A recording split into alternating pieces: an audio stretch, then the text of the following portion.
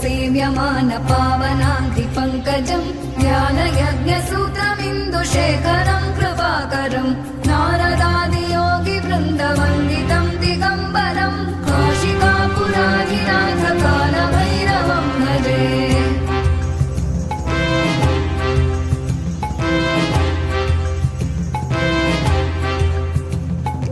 भानुकोटिभास्वरम् भवाब्धितारकम् परम् नीलकण्ठमीप्सितार्थदायकम् त्रिलोचनम् कालकालमम्बुजाक्षमक्षशूलमक्षरम् काशिकापुराधिनाथ कालभैरवम् भजे।